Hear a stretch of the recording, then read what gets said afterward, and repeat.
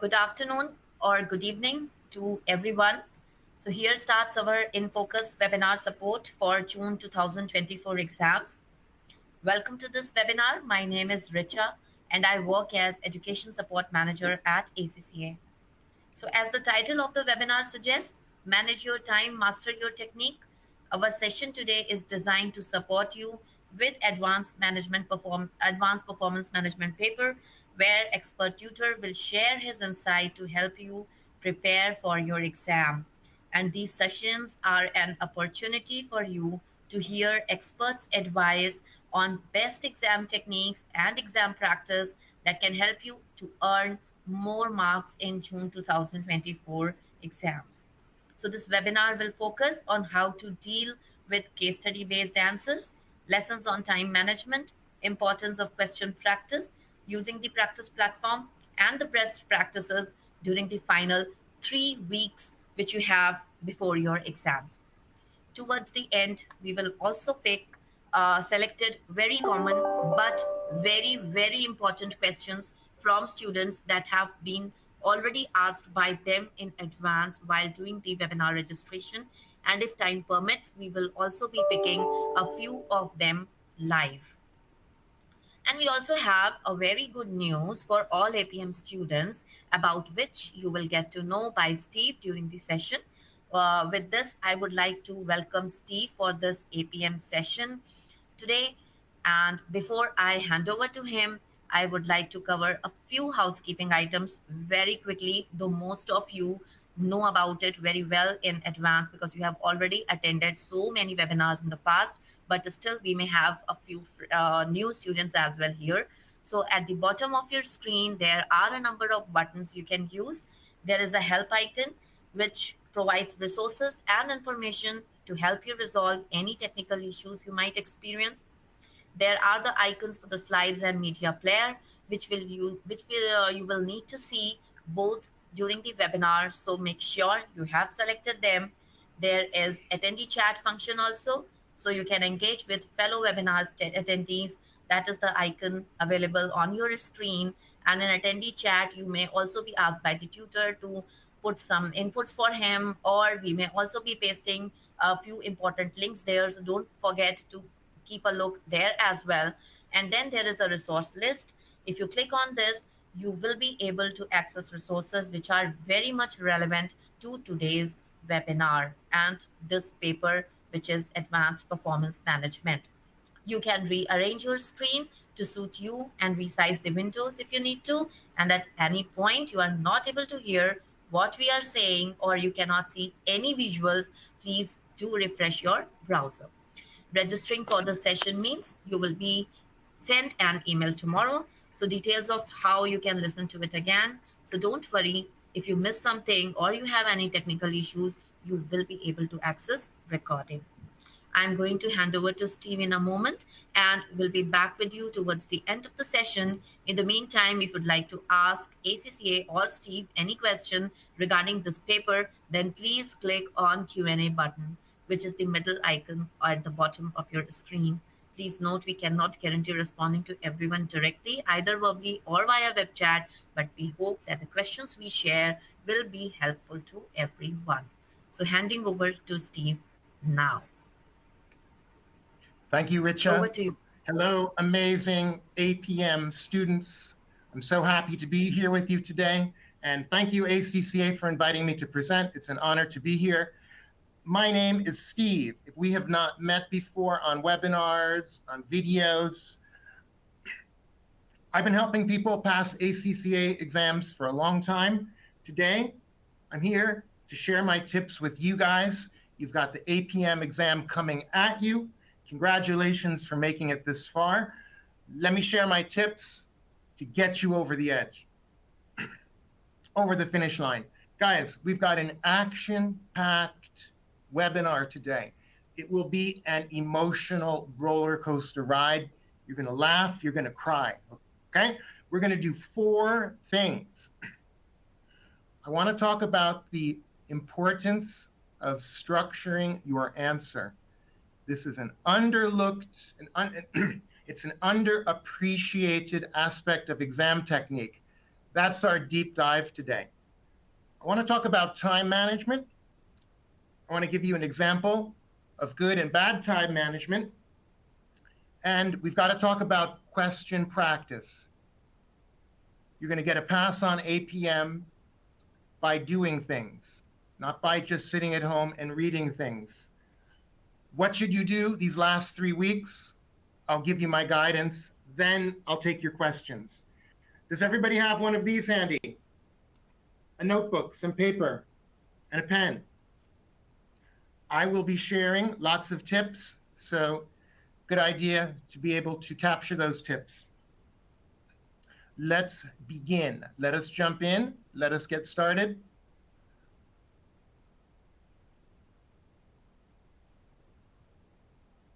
How to structure your answer. Many things in life have a structure. Music, okay? Movies, films have an act 1, an act 2, an act 3. Buildings have a structure. And your answer to APM needs to have a structure. Look at that beautifully framed out building. Everything is square, well done, well measured. Now the builders are ready to move quickly and finish up that house. Look at this. Bad structure. The house is starting to fall apart.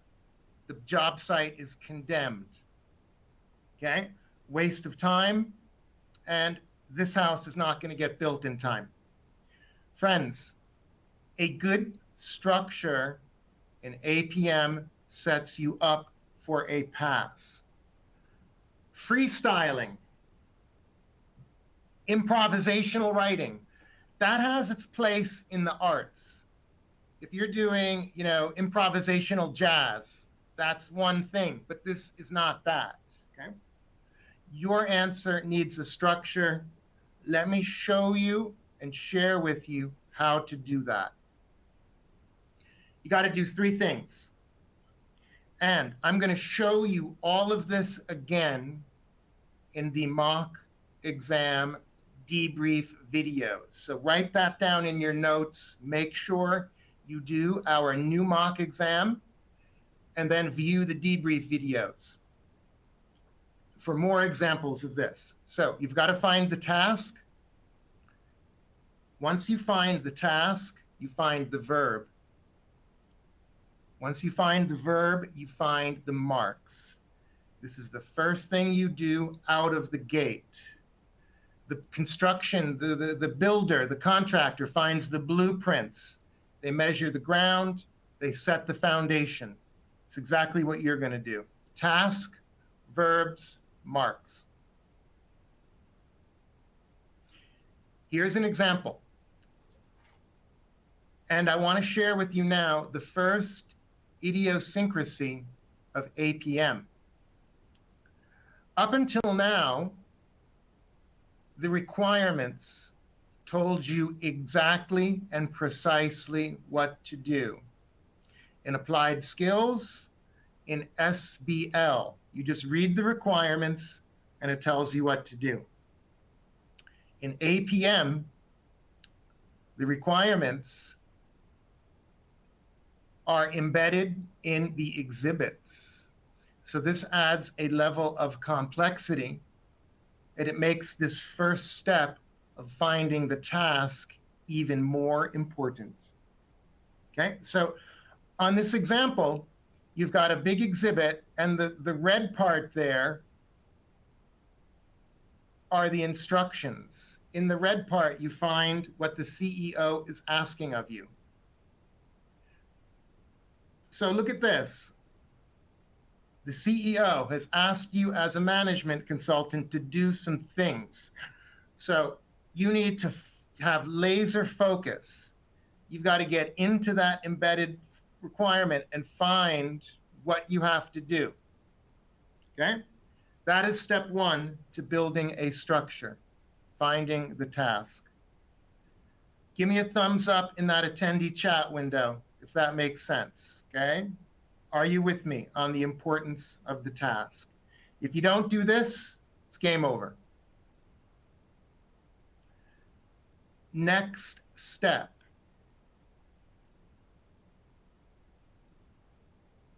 We've got to find the verb inside.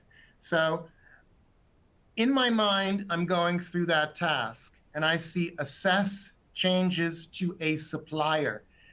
Very important. When we're assessing something, we need to be expressing some judgment. It's not describe the changes. It's not discuss the changes. Assess. Are they important? Not important. Why are they important? What's the impact? Are these changes going to help? Are these changes going to hurt us reach our objectives? That is so important. Understanding the new level of verb. Now, we've got to do this in two areas, purchasing and production, if they switch to JIT. So critical, you practice this in the practice platform, finding embedded requirements, breaking it down. And that verb, as we said, is assess. We got the requirement. We've got the task, the verb. Now we need marks. And there are the marks. Have a look at this on the screen. This is the requirements window. In all your other exams, it tells you exactly what to do. But as you can see here, it says respond to the CEO's request. Okay? 13 marks. Why is 13 important? It tells you the amount of work that you need to do. How many ideas do you need to generate? Okay, we're going to talk about time management, and this is also critical to time management. Guys, what I want you to do, you find the marks and then you cut it down the middle. So 1/2 of 13, 6.5. So a bare minimum pass would be 7. But that's a very risky target because maybe the marking team don't agree with all of your ideas, right? It could happen. Maybe you go the wrong way a little bit. So it's important then to add a little buffer. So add a bit more. So for 13 marks, I'm going to round it up to 7, and I'm going to add 1 or 2, right? So let's say we're going to go for 9 marks. We can't get 9. We're going to go for 8. Give me a plus, a smile, a thumbs up, if that makes sense in the attendee chat. The importance of finding those marks. Okay, you guys?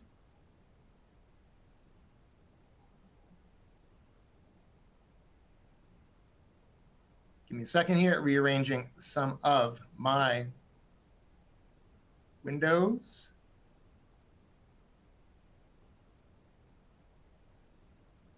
Okay. So 9 would be the best that I could do, really, in the heat of the exam, you know, in the intensity, in the pressure. There's no way you're going to get 13 ideas. Now, let me show you how do we then build a structure. We were looking at this from 2 perspectives, purchasing and production. I'm going to use headings. If they ask me for 2 things, I'm giving 2 headings. If they had asked me for 3 things, there would be 3 headings there. Now, I'm also going to give an overall comment. In your professional exams, you get professional marks based on professional skills. One professional skill in all of the papers, analysis and evaluation.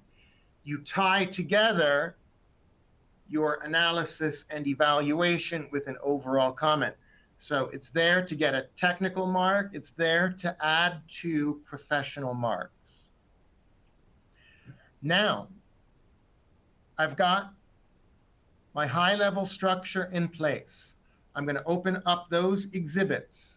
And now I'm going to get to work reading the exhibits, building up my answer in the form of an answer plan. So I'm thinking, wow, the supplier pool, that's going to change under JIT. Going to be a big impact on the company. Order quantities are going to change. The team is going to need new skills in the purchasing department. Before, it was more administrative. Now, it's more supply chain management. So we need a higher level of professionalism for JIT. Now, under production, quality control is going to become more important. Everything we produce goes right out the door to the customers. So we've got to ensure quality control. Maybe we should put our team on a Six Sigma training course. Right there, that's business acumen. We'll talk about that later. Maybe we need to change the way we remunerate. Okay? We're going to produce in smaller production runs, lead times. Guys, that is how you structure your answer. Headings, subheadings for each idea. Give me a thumbs up in that attendee chat window, please. Is that making sense?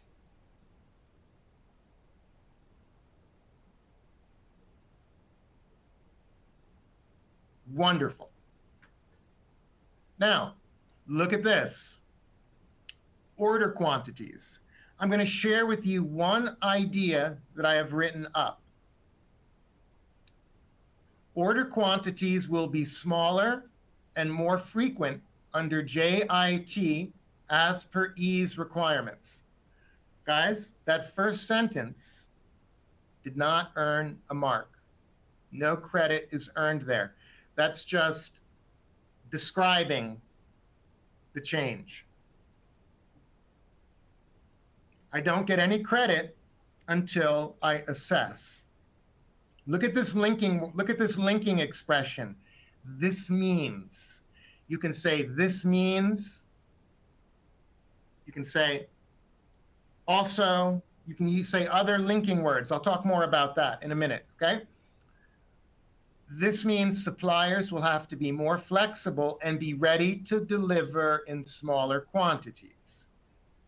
Not all of the suppliers might be able to manage this, resulting in production delays. Guys, that's the assessment right there, the impact of switching to JIT. That is looking nice.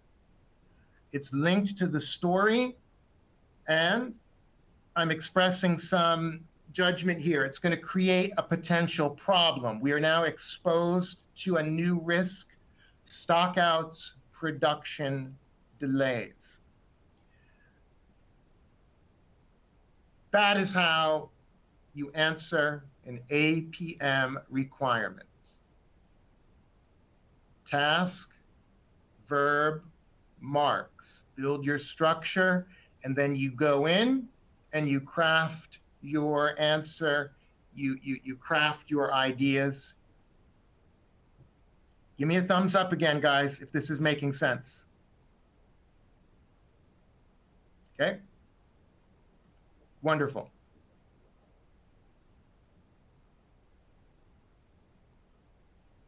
Guys, look at that answer when it's getting close to being done. You guys like that? I'm not going to zoom in on that. We don't have time. Go to our debrief video of our mock exams. I'm going to go through 3 answers in great detail, okay? But I'm talking about structure. Look at that. I see subheadings, I see headings, I see enough writing. That answer is scoring marks.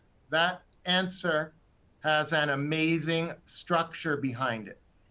Look at the one on the left, on the right, excuse me. That one, no way. Not enough writing. This is a candidate who didn't consider the marks,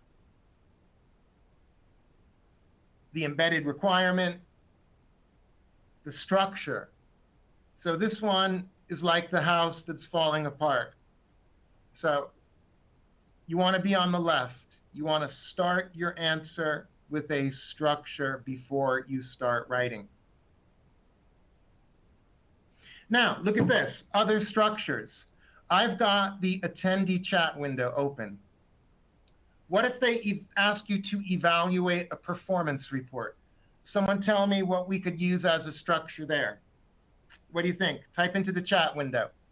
How could we structure that one? Guys, help me out. Give me some ideas. Structure that one.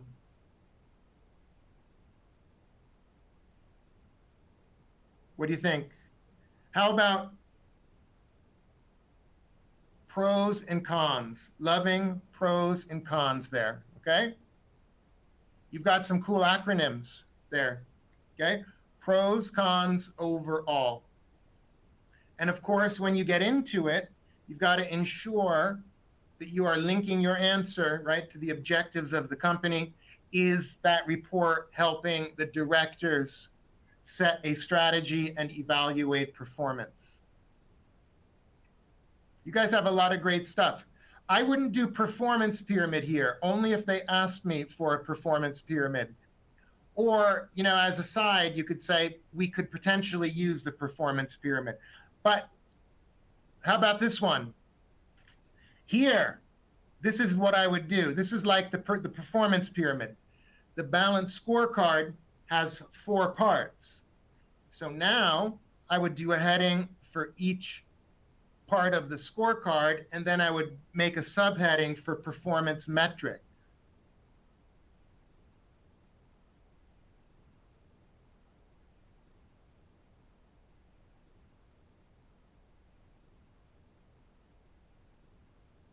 How about this one? Evaluate whether each division should switch from absorption to activity-based costing. What could we do there? We could have Division A, Division B, Division C.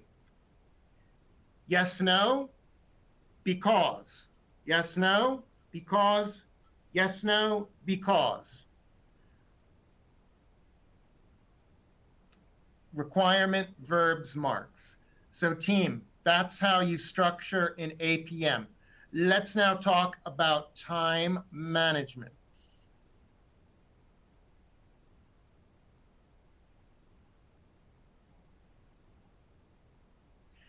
There are 2 aspects to time management, guys. We've got the strategic approach, the strategic level, and here you are going to allocate your time by question. Okay? You got 3 hours and 15 minutes. So I recommend you start with question 1. Question 1 has more to process. Question 1 has the 5 communication skills marks. Question 1, more exhibits. Question 1 often has a spreadsheet part. So give the 15 minutes of extra love to question 1. You're also going to get warmed up. There's a learning curve, right? So you're going to be writing faster when you get to section B. That leaves you then 45 minutes for section B on each question. Give me a thumbs up, guys. Give me a thumbs up there, if that makes sense. Allocate time to the questions.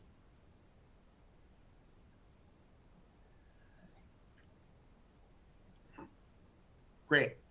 Now,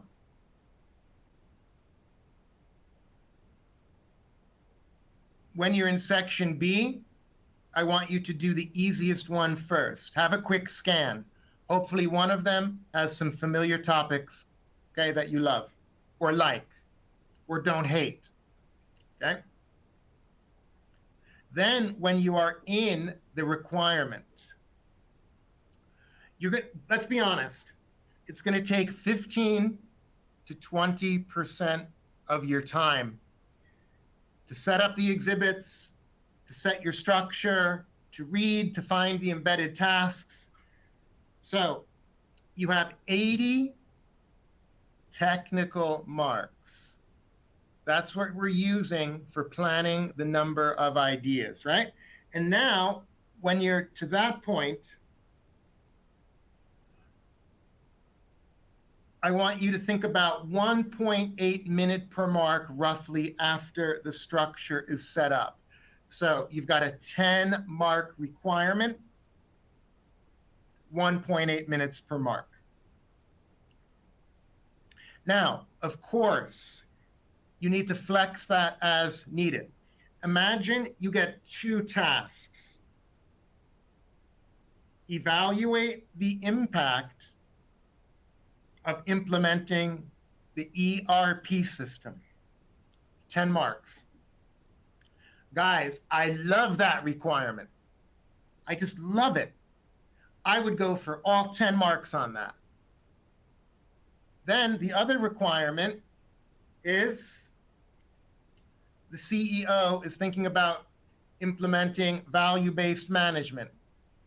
Explain to the CEO what that's all about, and then assess if we have enough information, blah, blah, blah. I don't really like that one as much as I like ERP systems. So maybe I'd put a little more time, so you're going to have to use your judgment and do a tactical shift if required. Okay? But that's really important to keep you from falling behind.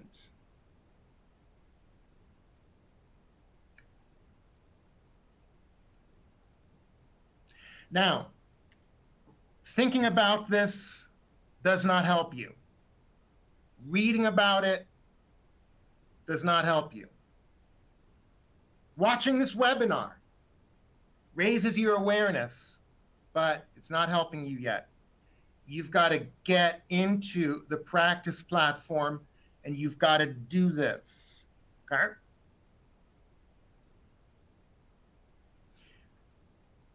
Remember this, when you are in a task, you're going to get diminishing returns on your time. Step 1, high-level structure, boom, boom.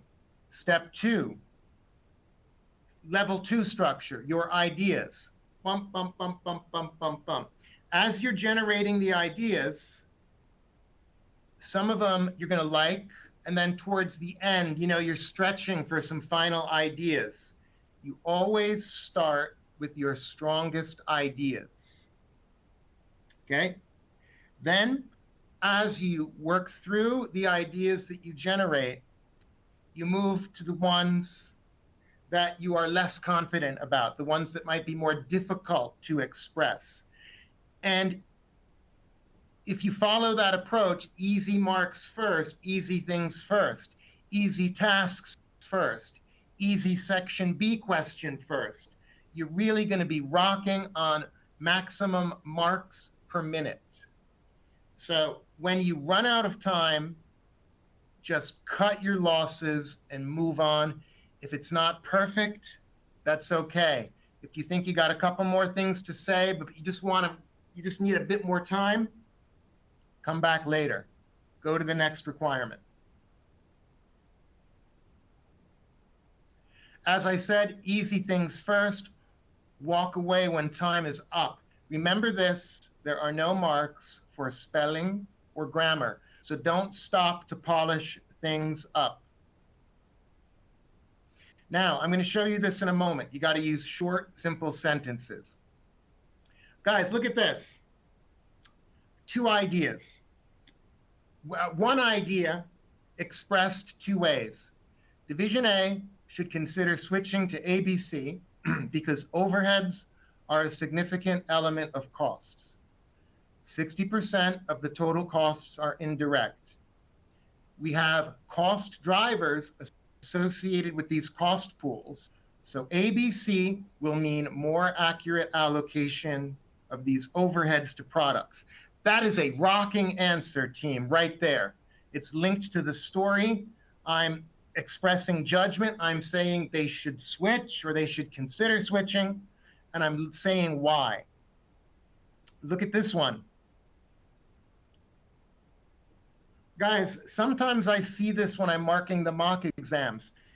Some people have this tendency to try to pad things in a more academic, dense, verbose style.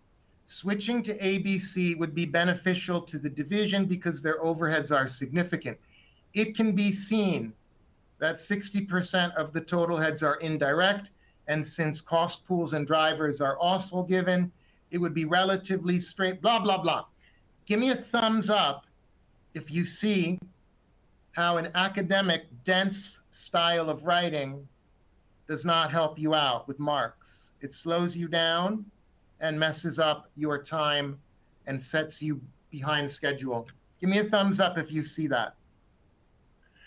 Guys, the writing style that you should use.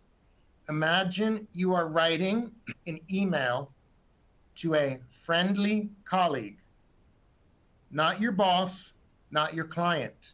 A friendly colleague is not going to judge your grammar or your spelling. So that's your mindset. Now, team, we have an awesome surprise for you. Are you ready for a surprise? This example is about activity-based costing. There is so much assumed knowledge from PM and APM. And very sadly, students often don't appreciate the importance of leveling up. It's like you're playing a strategy game. You've completed level 1, you've collected the tools, you've collected the resources. Now you're leveling up. I'm going to show you how to level up in APM. We're going to take your PM knowledge. I'm going to show you exactly what you need to do with it in APM. I'm going to show you examples. Now, my colleague Richa is putting the sign up right into your attendee chat. Go there right now, sign up for this webinar. It's on the 21st of May. So it's a week from next Tuesday. All right? Make sure you join us. Guys, if you fall behind, recognize it early. Don't wait until the last question in section B. Oh, I only got 10 minutes left. You got to recognize it early. So if you have not finished question 1 at 1.45 minutes, you got a problem. You got to fix that early. Cut your losses, move on. Stop what you're doing.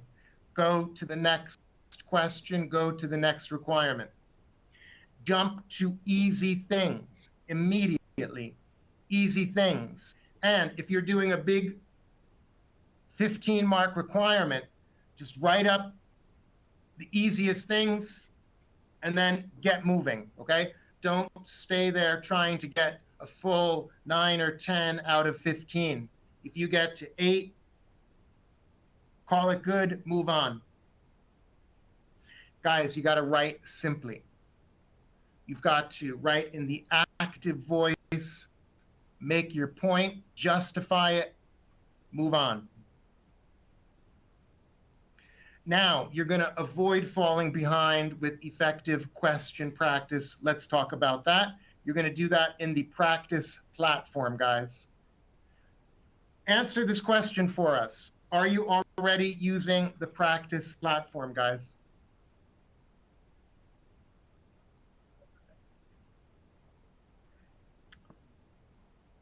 Click on the screen. Let me know.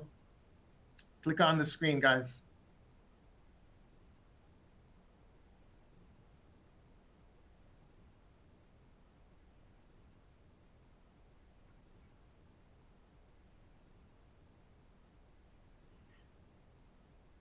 Hey guys, I see you chatting about that link. Just copy the whole link into your browser. Don't just click on the blue part, okay? Copy that whole link.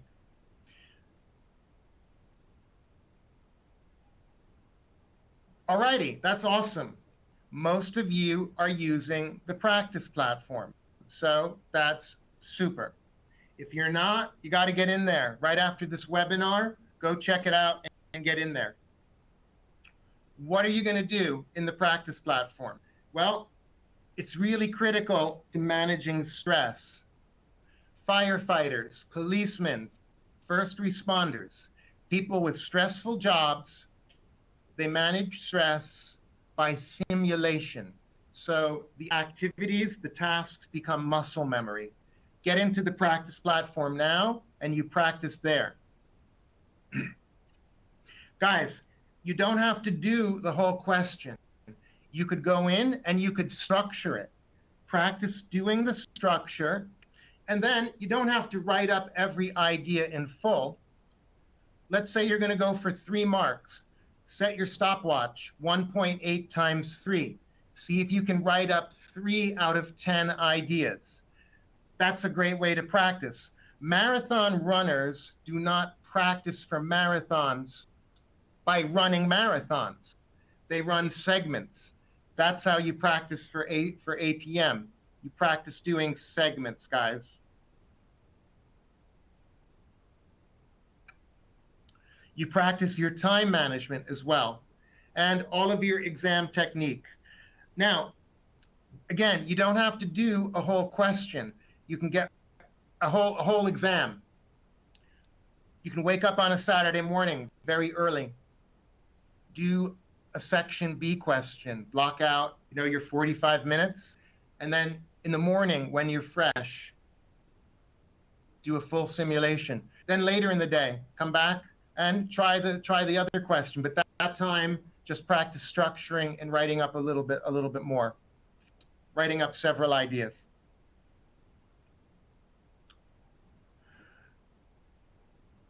Team, what are you going to do these final 3 weeks? I cannot stress the importance of this. This is how I got over resitting. I was stuck on a paper once a long time ago. And one thing that I did, I started getting up very early before work. I had only, up until then, I just studied after work. I was exhausted. So I started studying in the morning. Twice a week, I got up, I think at 5:30 instead of 7 o'clock, 5:30. I had my suit ironed. That was back when we had to wear suits to work still. I had the coffee maker ready. I had this was also still when it was all paper. I had everything laid out. The alarm went off. I just got up and I sat down in that kitchen table. I didn't give myself a moment to talk myself out of it. Okay? Just try the mornings. Got to make a study plan. You got 3 weeks. You make sure that these final weekends, a significant part of each day is ACCA. If you can, try to engage with one question every day. I know it's a big ask. Try to do a question every day, okay? That's the best thing you can do. Now, if you can't do a question every day, could you do 3 questions during the week? And then you could break the sections out. So Monday, Tuesday, you do a question, you do part A, you do part B. Tuesday, Wednesday, you try another couple of parts, okay? Now, don't just stick around one syllabus area. You got the 4 syllabus areas in APM, okay? So make sure you're doing a little bit of each. Now, it's very important, give a good focus, give a lot of love to syllabus area D. One question in section B should come from syllabus area D. That's balanced scorecard, performance pyramid, 3 E's, league tables, value for money, and activity-based management. Guys, that's not a lot. But syllabus area A, that's just so jam-packed. So make sure you give D a lot of love. And structure your answer right up 3 marks.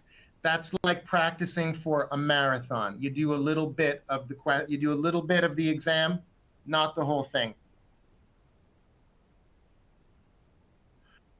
Now, when you go to those model answers, you need to take them with a grain of salt. Remember that they are there as learning tools for many stakeholders of the ACCA exams. Students like them, tutors like them. So they're not written to time management, and they're not examples of student answers. So what you want to do, just check the solutions for the ideas and check the mock exam debrief videos when they come out. I'm going to show you reasonable what we can do, right? What we can achieve in the time. Guys, got to do the mock exam, and you've got to do the 2 practice exams in the practice platform. I would do those 3 things as full simulations. Okay, you could do 1 every weekend as a full simulation. You're not going to be doing that after work. That's 1 of those per weekend. Guys, some great resources. You've got to check the most recent examiner's report. Find the mistakes. It's best when you read it with your own eyes. What are students doing badly? How can you fix those problems? Read the mind of the marker. Technical article, I think it's a video now. That is awesome. And the ACCA YouTube. If my colleagues can put the links to some of this into the attendee chat. There's so much awesome stuff there now. It's just growing every day.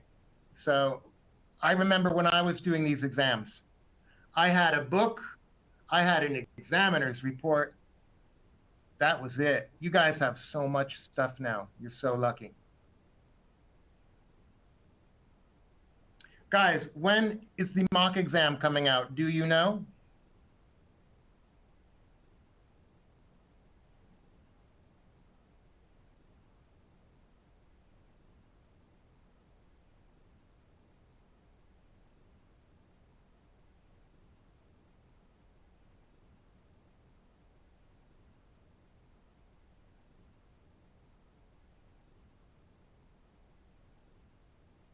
Do you guys know? Wow, you're not very good guessers, people. It's coming out next week on the 13th, and the debriefs will come out on Friday. Am I right, Richa? I think I'm right. I hope I didn't get that mixed up. Yeah, that's correct. So Awesome. 13th May is the live day for mocks, and 17th is for their debriefs. That's correct. Cool. Guys, I wish we had more time together. I could hang out with you all day long talking about APM, doing questions. But let me take your questions now. Guys,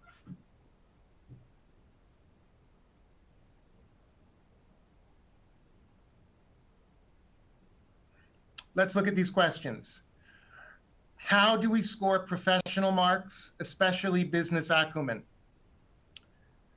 The key to professional marks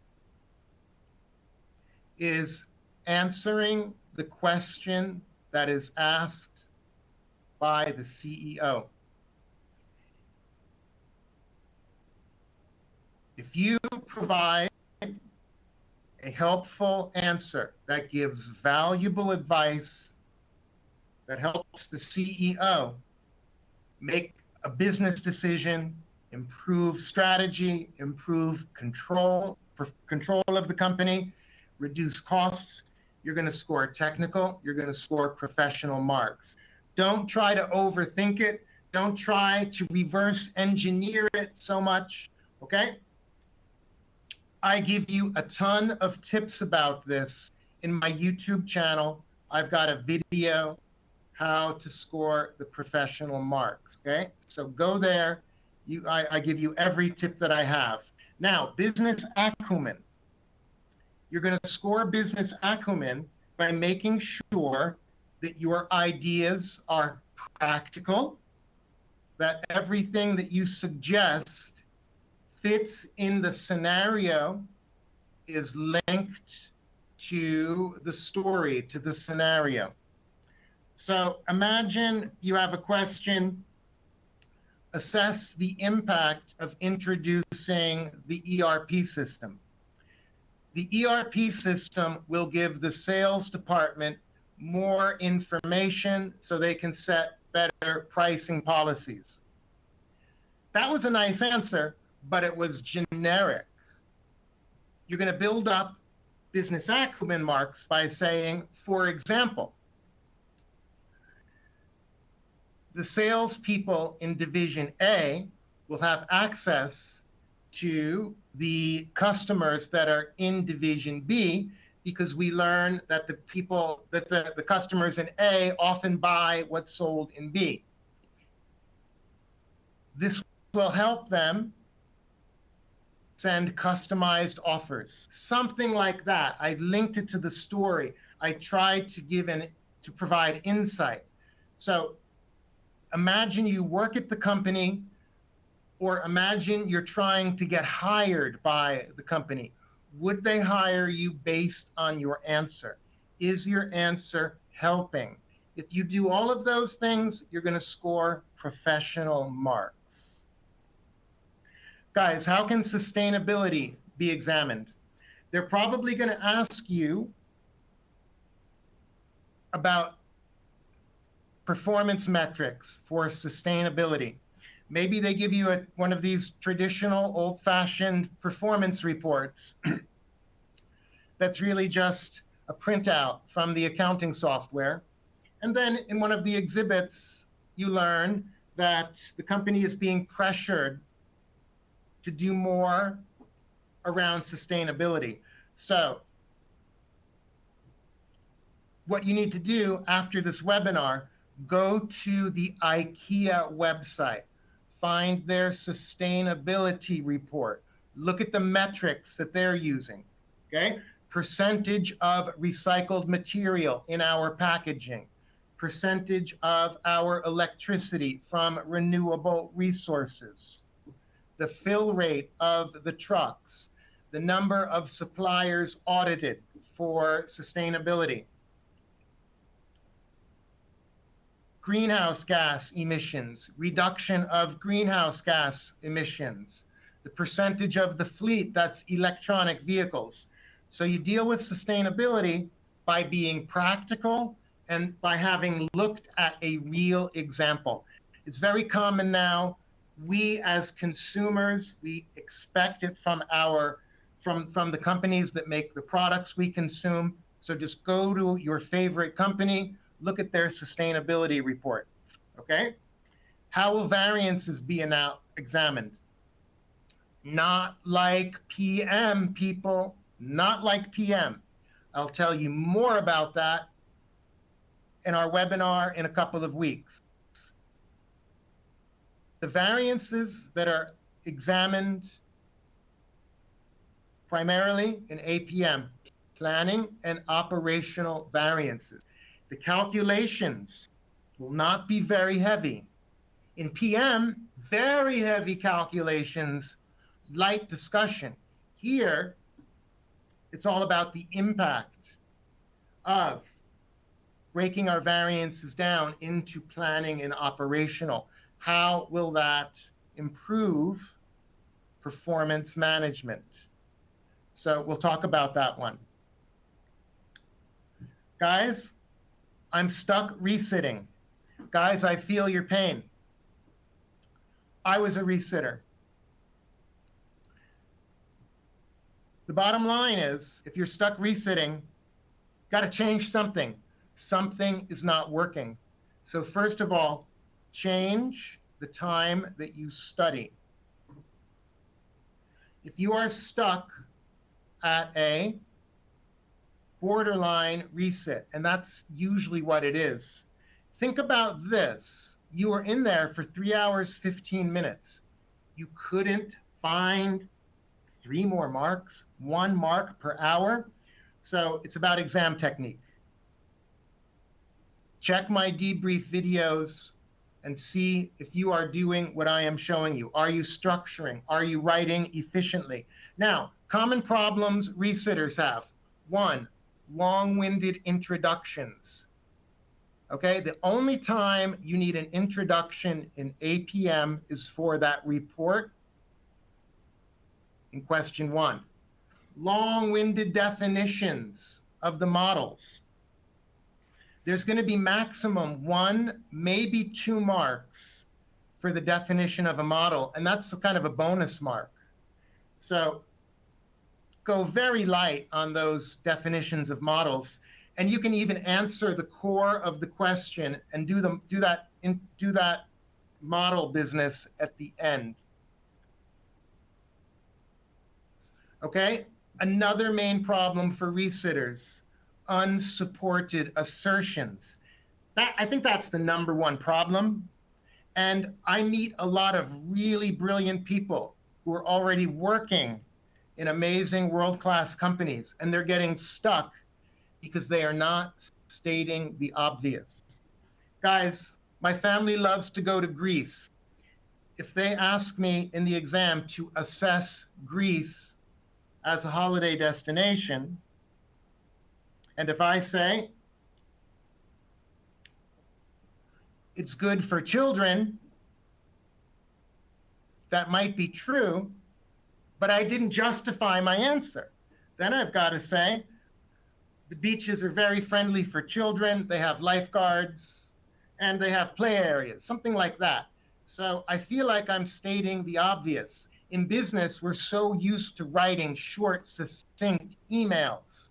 No, you've got to make your point and justify it. Please explain BPR. Guys, go to the ACCA YouTube channel. There are so many amazing explainer videos. Some of them I have done. I did an explainer on BPR. Go check out that video. I can't do it in 1 minute. I can do it in 7 minutes, not 1 minute. I'm struggling getting started writing. How do I fix this? That's called writer's block. You're staring at the blank page. Guys, start with a structure. Then start generating your ideas as headings. Now your fingers are moving on the keyboard. Excuse me for a second.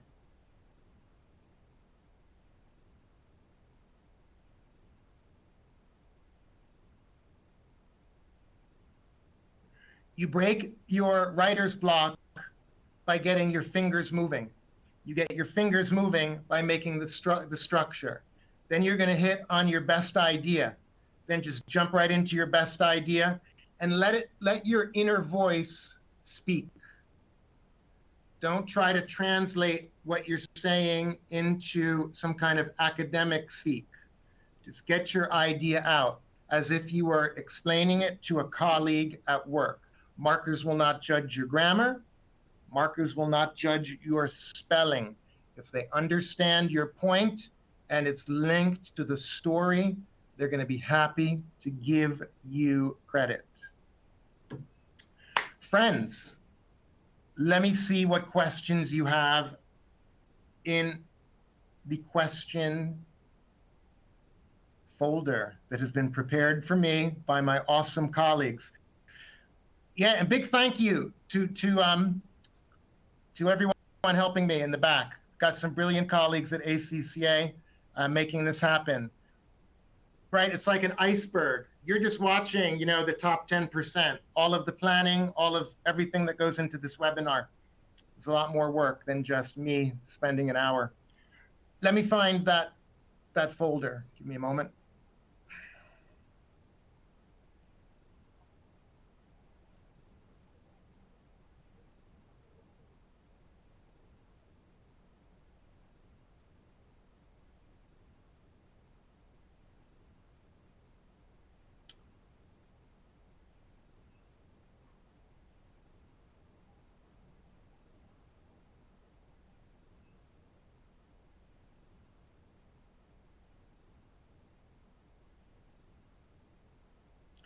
Okay, team, I've got some good questions here.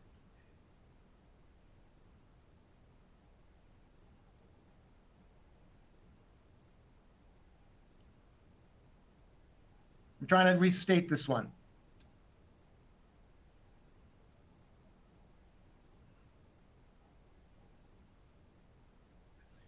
It just vanished.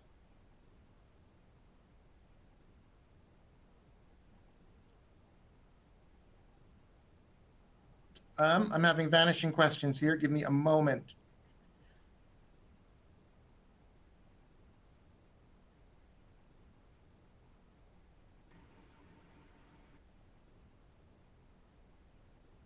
Guys, here's a question. It's a technical question about lean, okay? What is lean? Lean is a philosophy. Lean is a philosophy of eliminating waste. So if you get a question about lean, is the IT system lean? Well, you're going to answer that question by saying, is it helping us eliminate waste? For example, there's a great question about a hospital, and there's a lot of inefficiency in the hospital. The doctors are walking around, or the admin team are walking around looking for equipment. They're walking around with a paper register. So does that system make the hospital leaner? Well, it's eliminating a lot of waste. It's eliminating the waste of motion. It's saving time. Now, the 5 S's, that is a technique to make a workplace lean. Can we structure the workplace? Can we sanitize it? Can we systematize it? So yes, you can use the 5 S's model in a discussion about lean, but expand your answer. Lean is about eliminating waste. Does the system eliminate waste? And in the scenario, they're going to paint a picture of inefficient operations.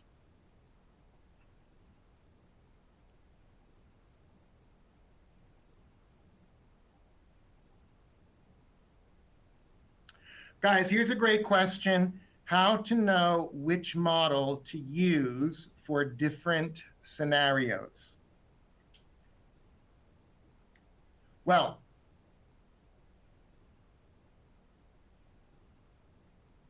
first of all, they will very often ask you to use a specific model, okay?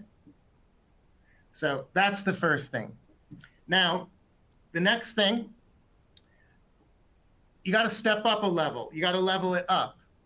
What is the purpose of the model? So for example, balanced scorecard. That is to help us create a framework of performance metrics that capture the most important things about our business under 4 headings, so we can improve performance by measuring and monitoring performance. So if you are asked to suggest new KPIs to improve a KPI report, you could use the balanced scorecard as an example. Now, there are other metrics. There are other models for that. If we're looking at a service organization, we could use the building block model. If we have a busy company with many levels, we could use the pyramid. If we have a not-for-profit organization why not use the 3 E's? Now, if we have a problem with our metrics because they don't measure shareholder wealth, well, maybe we need a different model there, right? Then maybe we need to start thinking about value-based management. We want to capture we want metrics that capture the change in shareholder wealth, not the change in accounting profit.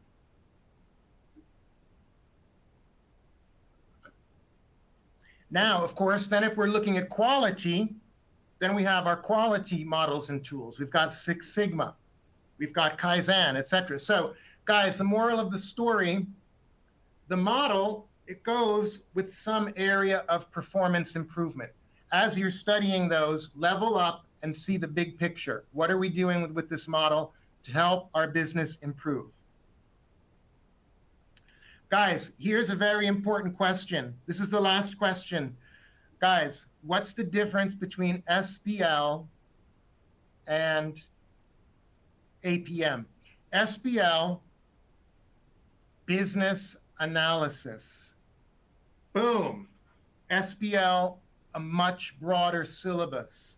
SBL, looking at project management, looking at risk management, looking at implementing strategies, formulating strategies, evaluating strategies. It goes on and on. APM, a more focused syllabus. We're building up a toolbox here to improve performance management. Everything, how can we help the company achieve their objectives? Well, we've got to measure performance. Once we understand how we're performing, then we can recommend actions to improve performance. Can we reduce costs? Can we improve quality? Things like this. That's the main difference. SBL, more business analysis. APM, performance management. Yeah, and now here's the problem. In your question, there's a lot of overlap. We've got a lot of the same models, Pestle, Porter's, budgeting. You use them differently. In SBL, we're trying to set the company's strategy, right? The strategy might not be in place. We're recommending strategies. Now in APM, we know the strategy, we know the objectives. So now we're using the tool to help us understand what we should measure, what area of performance is most important. Ladies and gentlemen, I had an awesome time working with you. Check out my YouTube channel. I've got more videos there that cover a lot of these topics. Make sure you do the mock exam. Make sure you join us in 2 weeks on our next webinar. Make sure you check out the awesome ACCA resources that are there for you. Great. Thank you so much, Steve. I think students really must have found this session wonderful today. Lots of insights for them, how to deal with APM exam, and something more is coming for them on 21st of May. With this, I will have to bring things to a close, but please don't go so quickly, everyone.